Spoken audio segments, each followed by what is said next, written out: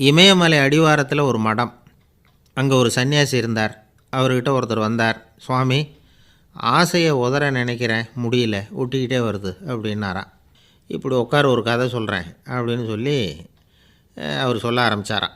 அவர் சொன்ன கதை என்னென்னா, ஒரு ஊரில் ஒரு ஆள் இருந்தான். அவன் பேர் குப்புசாமி. அவன்கிட்ட எப்பவும் ஒரு பழைய தொப்பி இருக்கும், விடவே மாட்டான். அதனால் அவனை எல்லோரும் தொப்பி சாமி அப்படின்னு தான் கூப்பிடுறது வழக்கம். ஒரு புது தொப்பி வாங்கிக்கப்படாதாப்பா அப்படின்னு நண்பர்கள்லாம் சொல்லி பார்த்தாங்க. பணத்துக்கு எங்கே போவேன் அப்படின்னு விட்டானான். பணம் வச்சுருக்கான், செலவு பண்ண மனசு வரல. மகா கஞ்சன். பழைய பாட்டில்கள்லாம் வாங்கி விற்றுக்கிட்டு இருந்தான். அப்படி ஒரு தடவை பழைய கண்ணாடி சாமான்களை ஏலத்தில் எடுத்தப்போ அதில் ஒரு அருமையான சென்ட்டு பாட்டில் கிடச்சிது. உடனே ஒரு ஐடியா பண்ணான். அந்த சென்ட்டை சின்ன சின்ன பாட்டில்களில் அடைச்சி ஜன்னல் ஓரமாக அடுக்கி வச்சுட்டான். அதை விற்றா நிறைய பணம் கிடைக்குமே.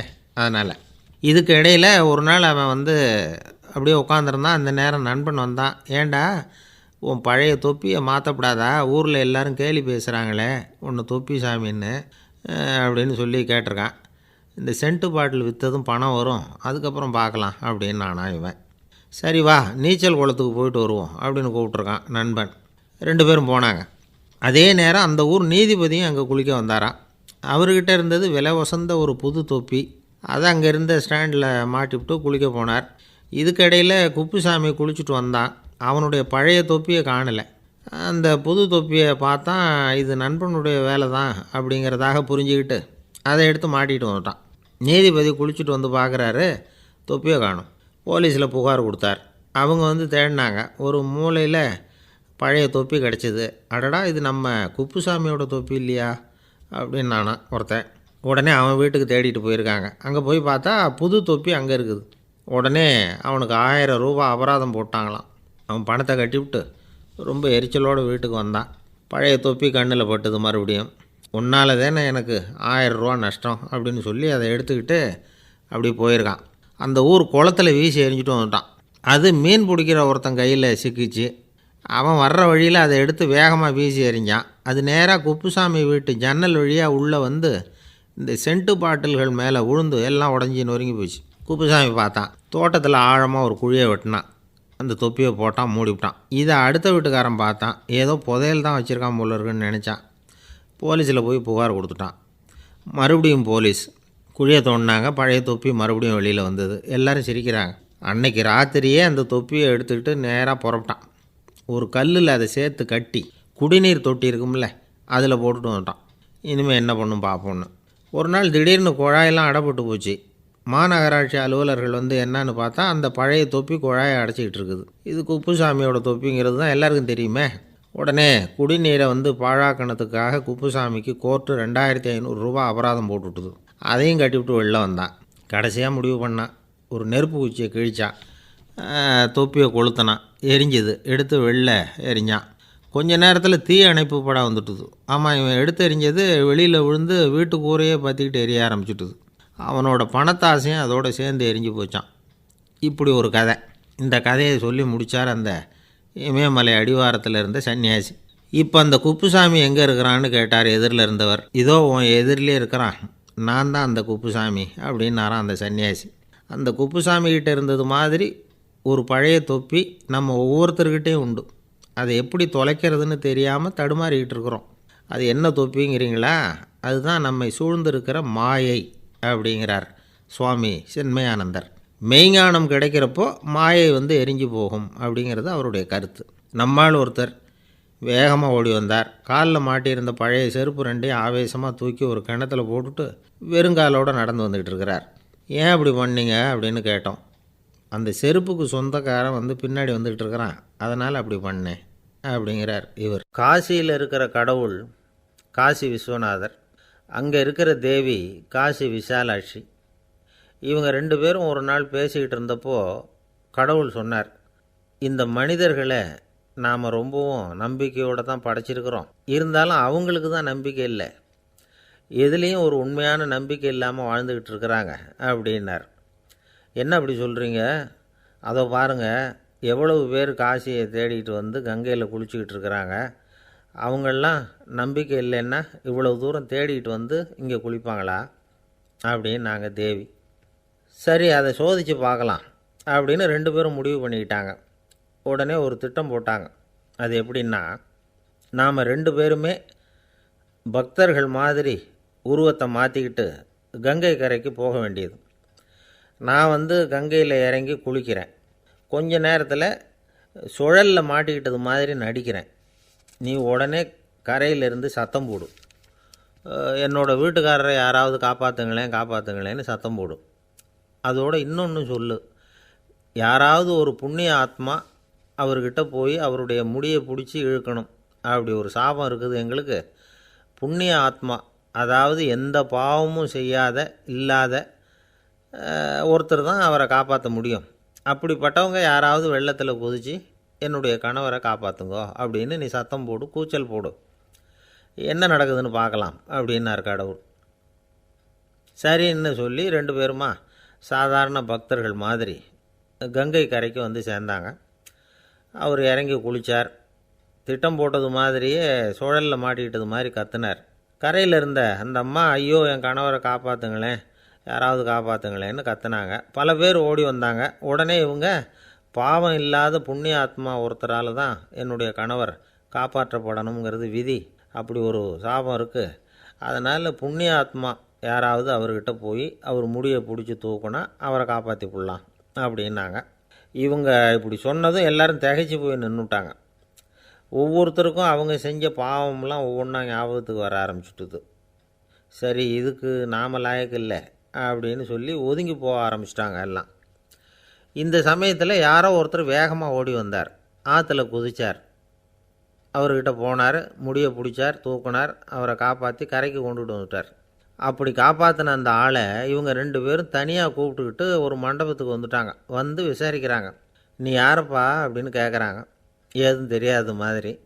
நான் இந்த ஊர் அன்ன சத்திரத்தில் வேலை செய்கிற ஒரு சமையல்காரன் அப்படிங்கிறார். நீ கங்கையில் குளிக்கிறது உண்டான்னு கேட்டிருக்காங்க. நான் இந்த ஊர்லேயே தான் இருக்கிறேன், இருந்தாலும் தினமும் கங்கையில் குளிக்கிறதில்ல, எப்போவாவது ஒரு நாள் அங்கே குளிப்பேன் அப்படின்னார்.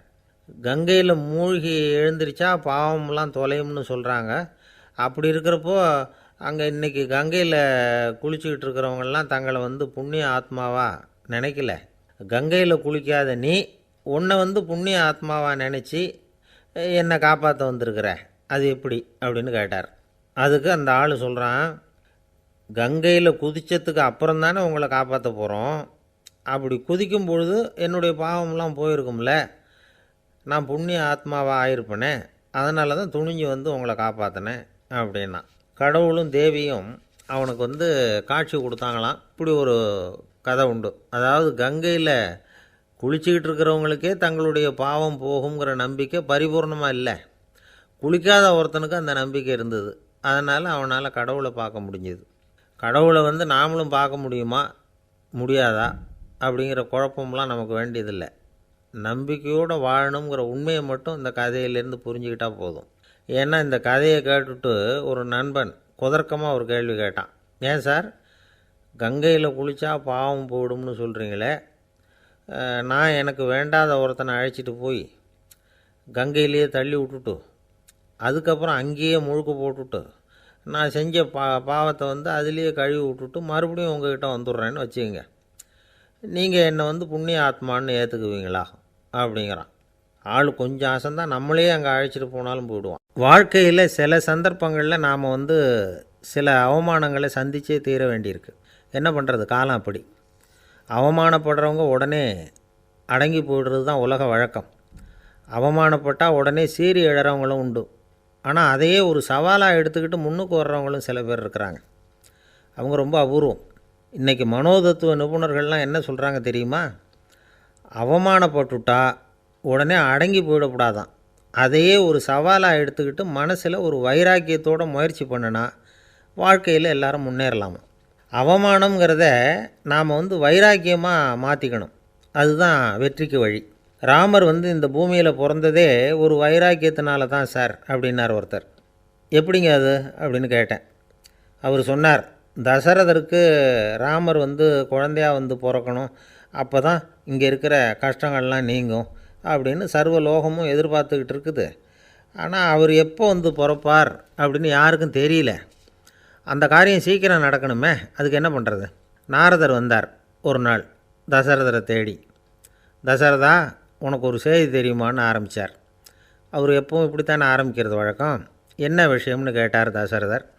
தசரதா, நீ அடிக்கடி உன்னோட தேரில் ஏறிக்கிட்டு தேவலோகத்துக்கு போகிற, அங்கே போகிற வர்ற எல்லாம் பண்ணிகிட்ருக்க, எல்லாம் சரி. தேவலோகத்துலேயும் உன்னை நல்லபடியாக தான் வரவேற்கிறாங்க. தேவேந்திரன் உன்னை பிரியமாக அழைச்சிட்டு போய் தன்னுடைய அரியாசனத்திலேயே தனக்கு பக்கத்திலேயே உட்கார வைக்கிறான். நீயும் சந்தோஷமாக உட்காந்து பேசிவிட்டு வந்துடுற. ஆனால் நீ இங்கே வந்ததுக்கு அப்புறம் அங்கே என்ன நடக்குது தெரியுமா உனக்கு அப்படின்னாரான் நாரதர்.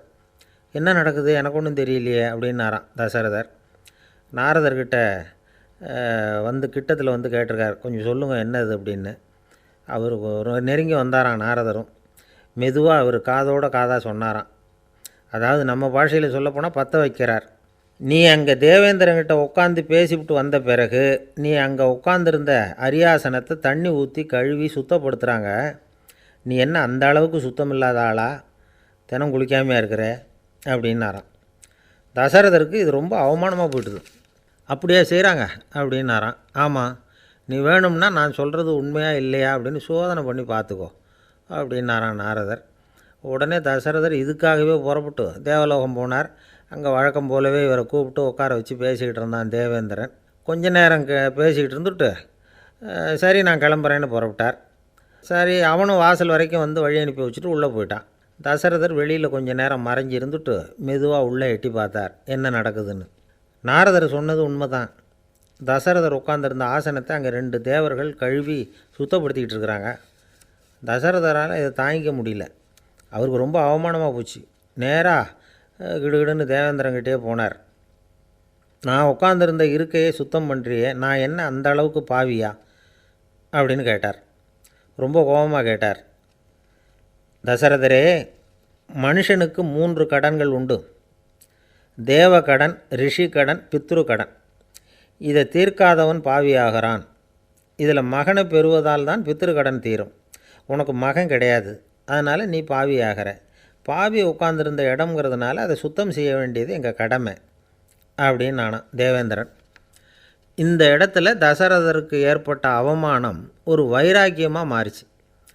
தேவேந்திரனே கேட்டுக்கோ, ஒரு மகனை பெற்ற பிறகு தான் இந்த சபையில் மறுபடியும் அடி எடுத்து வைப்பேன் அப்படின்னு சொல்லிவிட்டு போயிட்டாரான். போய் புத்திர காமேஷ்டி யாகம் பண்ணார். புத்திரர்கள் பிறந்தார்கள்.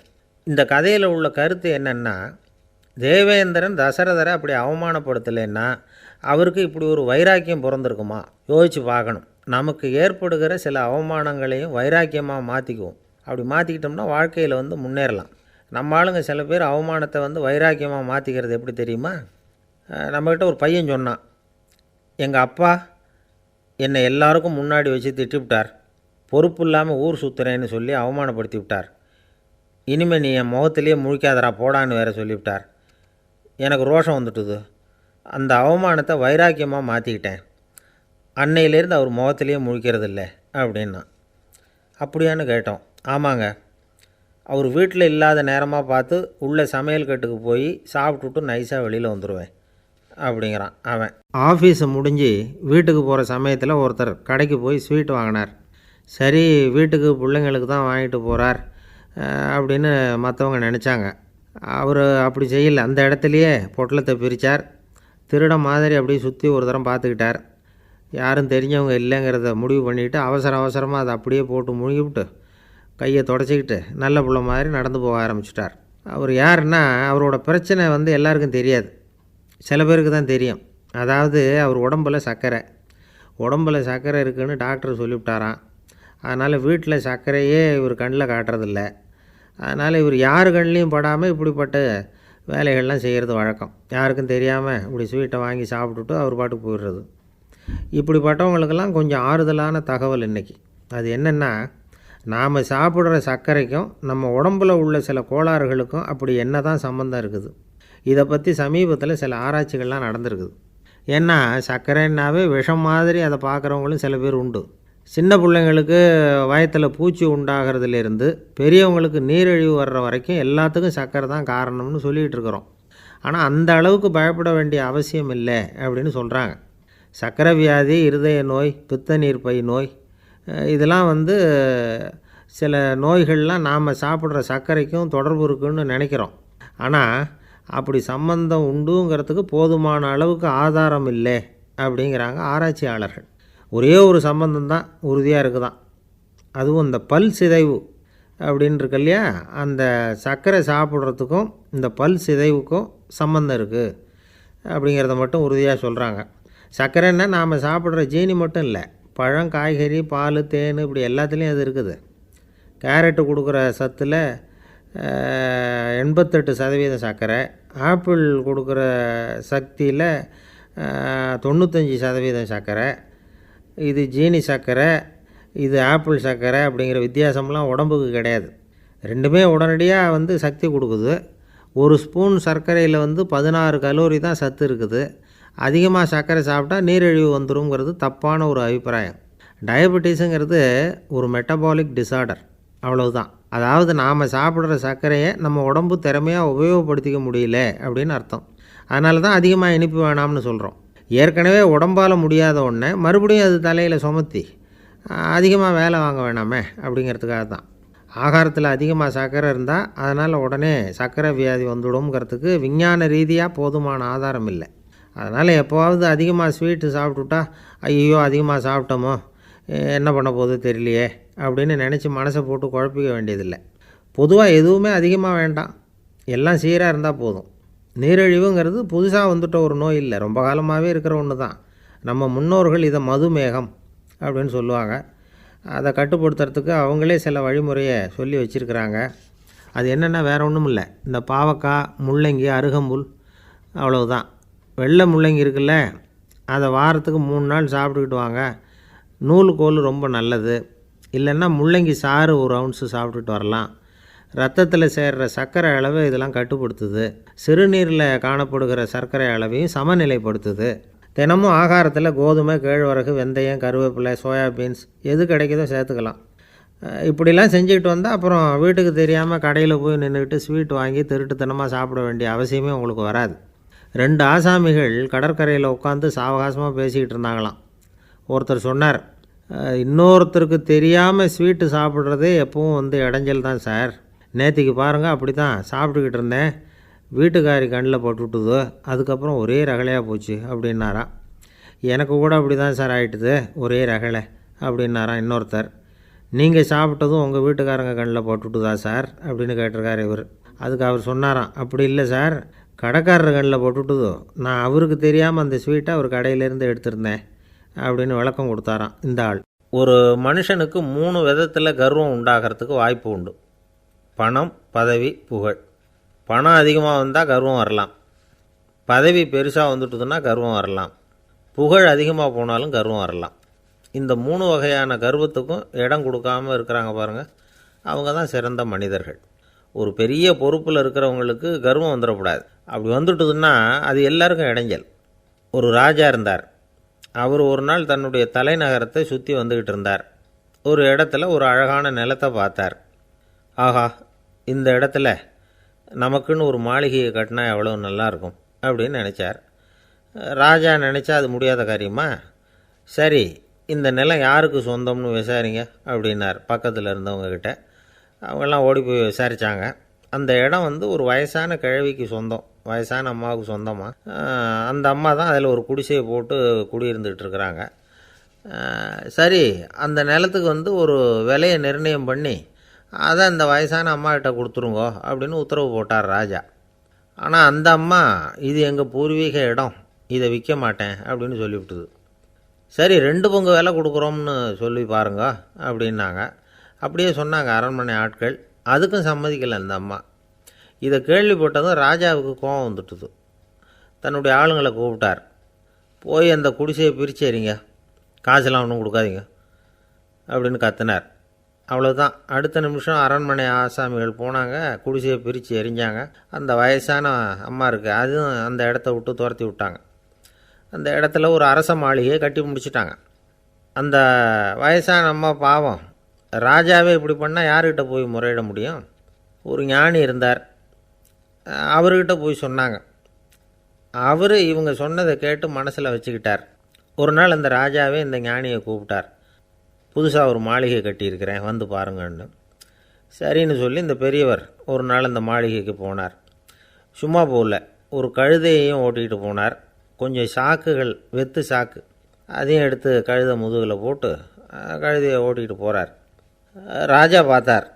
அவருக்கு இது ஆச்சரியமாக இருந்தது. என்ன இது, மாளிகைக்கு வந்துட்டு போங்கன்னு கூப்பிட்டா கழுதை சாக்கு இதெல்லாம் கொண்டு வராரே, ஒன்றும் புரியலையேன்னு நினச்சார். எதுக்காக இதெல்லாம்னு கேட்டார். அரசருடைய தோட்டத்திலேருந்து கொஞ்சம் மண் எடுத்துகிட்டு போகிறதுக்கு ஆசைப்பட்றேன், அதுக்கு நீங்கள் அனுமதி கொடுக்கணும் அப்படின்னாரு இவர். இது என்ன வேடிக்கையான கோரிக்கையாக இருக்குது அப்படின்னு நினச்சார் ராஜா. இருந்தாலும் மண் தானே கேட்குறாரு, எடுத்துகிட்டு போகட்டுமே அப்படின்னு நினச்சார். சரி, நான் அனுமதி கொடுத்தார். அந்த பெரியவர் தோட்டத்துக்கு போனார், மண்ணை வெட்டினார், சாக்கில் போட்டு நிரப்புனார். ராஜாவை கொஞ்சம் கிட்ட வாங்கன்னு கூப்பிட்டார். இந்த மண் மூட்டையை தூக்கி கழுதையோட முதுகில் வைக்கணும், கொஞ்சம் உதவி பண்ணுங்கன்னார். ஓ, பண்ணுறேனே அப்படின்னு சொல்லி ராஜா கிட்ட போனார். மூட்டையை தூக்கி பார்க்குறாரு, முடியல, திணறி போயிட்டார். இப்போ அந்த ஞானி பேசினாராம். அரசே, இந்த ஒரு சாக்கு மண்ணையே உங்களால் தூக்க முடியல, அந்த கிழவிகிட்ட இருந்து அந்த அக்கிரமமாக அபகரித்த இந்த தோட்டம் பூராவையும் சுமக்கணும்னு ஆசைப்படுறீங்களே, அது உங்களால் முடியுமா அப்படின்னு கேட்டாராம். ராஜா யோசனை பண்ண ஆரம்பித்தார். தன்னுடைய செயலுக்காக வருத்தப்பட்டாராம். அந்த வயசான அம்மாவை உடனடியாக வரவழைச்சார். தாயே, தப்பு பண்ணிட்டேன், என்னை மன்னிச்சுக்குங்க, இன்னையிலேருந்து இந்த மாளிகையும் தோட்டமும் உங்களுக்கு தான் சொந்தம் அப்படின்னு சொல்லிவிட்டாராம். போகிறப்ப இந்த உலகத்திலேருந்து எண்ணத்தை எடுத்துகிட்டு போக போகிறோம், அதனால் ரொம்பவும் அலட்டிக்க வேண்டியதில்லை, கர்வப்பட வேண்டியதில்லை அப்படிங்கிறது ஒரு பெரிய உபதேசம். ஒரு பெரிய மனுஷன் சாக கிடந்தார், ரொம்பவும் அழுதார். ஏன் அழறீங்க அப்படின்னு கேட்டாங்க சுற்றி இருந்தவங்க. நான் சாகிறதுக்காக கவலைப்படலை, நான் நம்ம ஜனங்களுக்காக எவ்வளவோ காரியம்லாம் செஞ்சுக்கிட்டு வந்தேன், நான் செஞ்சுக்கிட்டு வந்த சேவையை இனிமேல் யார் செய்ய போகிறாங்க, அது யாரால் முடியும், அதை நினச்சி தான் அழறேன் அப்படின்னாராம். ஒருத்தர் முன்னாடி வந்தார். அதுக்காக நீங்கள் கவலைப்படாதீங்க, உங்கள் சேவையை தொடர்ந்து செய்கிறதுக்கு என்ன மாதிரி இளைஞர் பட்டாலும் தயாராக இருக்குது, இருந்தாலும் எங்கள் கவலை என்னென்னா அப்படின்னு இழுத்தார். என்ன சொல்லுங்கன்னு கேட்டார் அவர். நீங்கள் இது வரைக்கும் என்ன சேவை செஞ்சுக்கிட்டு வந்தீங்க, அதுதான் எங்களுக்கு இன்னமும் புரியாத புதிராக இருக்குது அப்படின்னாராம் அவர். ஒரு அம்மா தெருவில் உட்காந்து என்னத்தையோ தேடிட்டு இருக்கிறாங்க.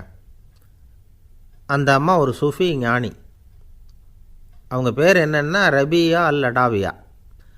அந்த அம்மாவுக்கு கண் கூட தெளிவாக தெரியாது. அந்த பக்கமாக வந்த சில பேர் இவங்களுக்கு உதவி செய்கிறதுக்காக வந்தாங்க.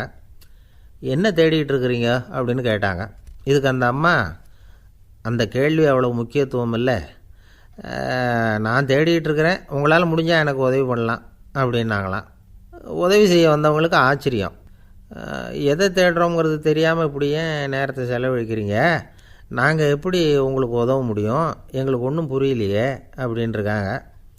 சரி, உங்களை திருப்தி பண்ணுறதுக்காக சொல்கிறேன், ஒரு குண்டூசி தொலைஞ்சி போச்சு, அதை தேடுறேன் அப்படின்னாங்களாம் அந்த அம்மா. அதுக்கப்புறம் இவங்களும் சேர்ந்து தேட ஆரம்பிச்சிட்டாங்க. கொஞ்ச நேரம் ஆச்சு, ஒன்றும் கிடைக்கல. உதவி செய்ய வந்தவங்களும் அழுத்து போட்டாங்க. அப்புறம் கேட்டாங்க, இதை பாருங்கம்மா, இது ரொம்பவும் பெரிய தெரு, அகலமான தெரு, அதனால் குறிப்பாக நீங்கள் எந்த இடத்துல அந்த குண்டூசியை தொலைச்சிங்க அதை சொல்ல முடியுமான்னாங்களாம். இதுக்கு அந்த அம்மா, நீங்கள் மறுபடியும் அர்த்தமில்லாத கேள்வியை கேட்குறீங்க, உங்கள் கேள்விக்கும் நான் தேடுறதுக்கும் என்ன சம்மந்தம்னாங்களாம். இதை கேட்டதும் அவங்க ஒரு மாதிரி ஆகிட்டாங்க. என்னம்மா நீங்கள் பைத்தியம் மாதிரி பேசுகிறீங்க அப்படின்னாங்களாம். சரி, உங்களை மறுபடியும் திருப்திப்படுத்துறதுக்காக சொல்கிறேன், அதை நான் எங்கள் வீட்டில் தொலைச்சுட்டேன் அப்படின்னாங்களாம். அப்புறம் எதுக்காக இங்கே தேடிட்டு இருக்கிறீங்க அப்படின்னு கேட்டிருக்காங்க. ஏன்னா இங்கே தான் வெளிச்சம் அதிகமாக இருக்குது, அங்கே வீட்டுக்குள்ளே இருட்டாக இருக்குது, அதனால் இங்கே தேடுறேன், வெளிச்சம் உள்ள இடத்துல தானே தேட முடியும் அப்படின்னாங்களாம் அந்த ஞானி. இந்த கதைக்கு என்ன அர்த்தங்கிறத பெரியவங்க சொல்கிறாங்க. அதாவது இந்த தேடுதல்ங்கிறது ஒரு வியாதி. அது நம்ம சதா அலைய வைக்கும், பைத்தியமாக மாற்றுறதுக்கு முயற்சி பண்ணோம். ஒரு காலம் அது நிறைவு அடையவே அடையாது. வாழ்வுங்கிறது ஒரு புரிந்து கொள்ள முடியாத சதா இயங்கி கொண்டிருக்கிற ஒரு செயல். அதுக்கு ஆரம்பமும் இல்லை, முடிவும் கிடையாது. எதையோ தேடணும் அப்படிங்கிற உந்துதல் நமக்குள்ளே இருக்கும், ஆனால் குறிப்பாக எதை தேடிட்டு இருக்கிறோம் அப்படிங்கிறது புரியாது. அப்படி ஏதாவது ஒன்றை தேடி அடைஞ்சிட்றோம்னு வச்சுக்கோங்க, உடனே ஒரு அதிருப்தி வந்துடும். அதனால் வாழ்க்கைங்கிறது சலிப்பு நிறைந்தது அப்படிங்கிற எண்ணத்தை உண்டாக்கிக்கிறோம். ஒன்று அடைஞ்சதுக்கு அப்புறம் இன்னொன்று தேட ஆரம்பிச்சிருவோம். ஆக இந்த தேடல்ங்கிறது நாம் ஒன்று அடைஞ்சாலும் அடையாவிட்டாலும் தொடர்ந்து நடந்துக்கிட்டு தான் இருக்கும். இதுக்கு முடிவே கிடையாது. இந்த உண்மையை நாம் நல்லா புரிஞ்சுக்கணும் அப்படிங்கிறது பெரியவங்களுடைய கருத்து. ஏழையும் தேடுறான், பணக்காரனும் தேடுறான், நோயாளியும் தேடுறான், நோய் இல்லாதவனும் தேடுறான், அதிகாரம் உள்ளவனும் தேடுறான், அதிகாரம் இல்லாதவனும் தேடுறான், முட்டாளும் தேடுறான், அறிவாளியும் தேடுறான். ஆனால் யாரும் இதை தான் தேடி சாதிக்க போகிறோம், இதுதான் முடிவு அப்படின்னு திட்டவட்டமாக சொன்னதில்லை. ஒன்று அடைஞ்சதும் இன்னொன்று தேட ஆரம்பிச்சிடுறாங்க, அவ்வளோதான். அதாவது உங்களின் தேடுபவர் உங்கள் உள்ளே தான் இருக்கிறார், அவரை தேடி கண்டுபிடியுங்கள். இதுதான் ஞானிகள் நமக்கு சொல்லுகிற ஒரு ஆலோசனை. நம்மால் ஒருத்தன் ஜெயிலில் இருந்தான். இன்னொரு கைதி அவனை பார்த்து கேட்டான், ஏன்பா உன்னை பார்க்குறதுக்கு வெளியிலேருந்து யாருமே இங்கே வர்றது இல்லையே, உனக்கு சொந்தக்காரங்களே கிடையாதா அப்படின்னு கேட்டானான். ஏன் இல்லை, எனக்கு சொந்தக்காரங்க நிறைய பேர் உண்டு, அவங்க என்னை பார்க்க வராததுக்கு காரணம் வேறு அப்படின்ட்டுருக்கான் இவன். என்ன காரணம்னு கேட்டான் அவன். அதுக்கு இவன் சொன்னானா, அதுக்கு என்ன காரணம்னா அவங்க எல்லாரும் இங்கே உள்ளேயே இருக்கிறாங்க அப்படின்னானா. ஒரு தீக்குச்சி தீப்பெட்டியை பார்த்து கேட்டுதான், நாம் 2 பேரும் தானே உரசிக்கிறோம், ஆனால் நான் மட்டும் தீப்பிடிச்சி எரிஞ்சு போகிறேன், நீ அப்படியே இருக்கிறியே அப்படின்னு தான். அதுக்கு தீப்பெட்டி சொல்லியிருக்குது, உனக்கு தலையில் கணம் இருக்குது அதனால் அழிஞ்சு போகிற அப்படின்னு தான். எப்படி இருக்கு பாருங்கள் இந்த பதில். தலையில் கணம் உள்ளவங்க யாருமே சரியாக இருக்க முடியாது. எவ்வளவு பெரியவங்களாக இருந்தாலும் சரி, ரொம்ப கஷ்டம்தான் அது. கர்வங்கிறது கூடவே கூடாது. இதை விளக்கிறதுக்கு மகான் ஒருத்தர் ஒரு சம்பவத்தை சொல்கிறார். அர்ஜுனன் தீர்த்த யாத்திரை பண்ணானா. அப்போது தென்னிந்தியாவுக்கு வந்திருக்கிறான். ராமேஸ்வரத்துக்கு போனப்போ அங்கே இலங்கைக்கு கல்லுலாம் அடுக்கி போடப்பட்டிருந்த பாலத்தை பார்த்தானா. ஒரு சின்ன குரங்கு அதுக்கு பக்கத்தில் விளையாடிக்கிட்டு இருந்திருக்கு. அதை பார்த்துட்டு அர்ஜுனன் சிரிச்சிருக்கான். ஏன் சிரிக்கிறேன்னு கேட்டிருக்கு அந்த குரங்கு. ராமன் மிகச்சிறந்த வில் வீரன், அப்படி இருக்கிறப்போ அவன் இலங்கைக்கு அம்புகளாலேயே ஒரு பாலம் கட்டியிருக்கலாம்.